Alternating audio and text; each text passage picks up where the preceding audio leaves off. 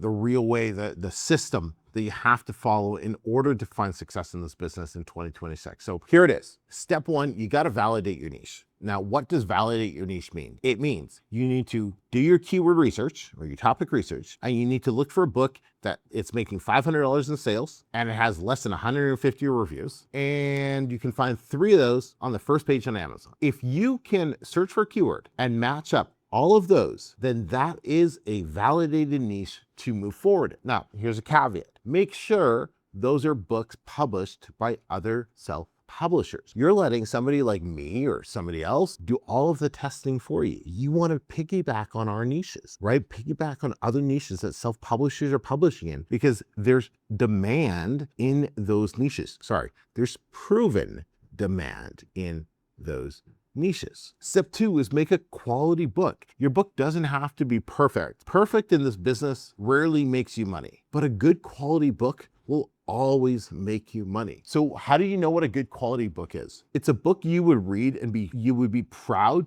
to show your friends and family. That's a good quality book. If you're embarrassed to show people your book, you don't have a good book. So why would anybody else want to buy that? Why would strangers want to buy that? You should be proud to show your book to your friends and family. That is a good way of indicating if you have a good quality book. Step 3 is you gotta create a cover that passes the stress test of covers. So I did a video a couple days ago on book covers, and I talked about like 4 or 5 different things that you have to test for your cover to make sure it passes. Go watch that video after this one and make sure your cover test passes the squint test, the thumbnail test, the competition test. Make sure it passes all these tests, because if it doesn't, then don't use that cover and let's create a new one. And it's okay to change your cover up, right? It's okay to publish your book and then ask for advice. Say, hey, what do you guys think of this cover? And if everyone's like, no, that cover is not a good cover, just change your cover, right? Yes, there's a bit of an investment in there, but it's gonna be a lot cheaper than running ads to a book with a really bad cover on, and you're just gonna lose a whole bunch of money in clicks. Step 4 is optimize your listing.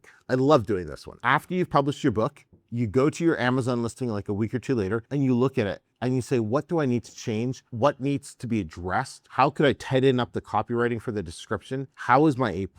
You know, what are the things that we can change that will help affect how the customer is gonna land on the Amazon page? Step 5 is running ads. So if you have 5 books, run a lottery ad together. If you don't know what a lottery ad is, I did a video a little while ago. We've done a couple. Go watch those after this one. So lottery ads are great for those of you who have a couple books. It doesn't matter if they're like low content, high content, medium content, coloring books, whatever. You can just group them all together and run a lottery ad on those books. Now, if you only have 1 book, right, or 2 books right now, then all you're gonna run right now is an ASIN exact campaign, a keyword broad campaign, and a category campaign. Just start with those 3 basic campaigns, choose 40 cents for your bid, down only for your placements, and then just leave it for like a week and a bit, and then see what happens. Step 6 is build reviews. Look, getting reviews isn't hard. You have Book Bounty and their new verified paperback system. Hopefully it's out by the time of this video, but you have that. You have Book Village, you have Book Reverb, and you have Done For You KDP reviews. Those are the 4 best ways to get reviews in 2026. Go check those out. And then step 7,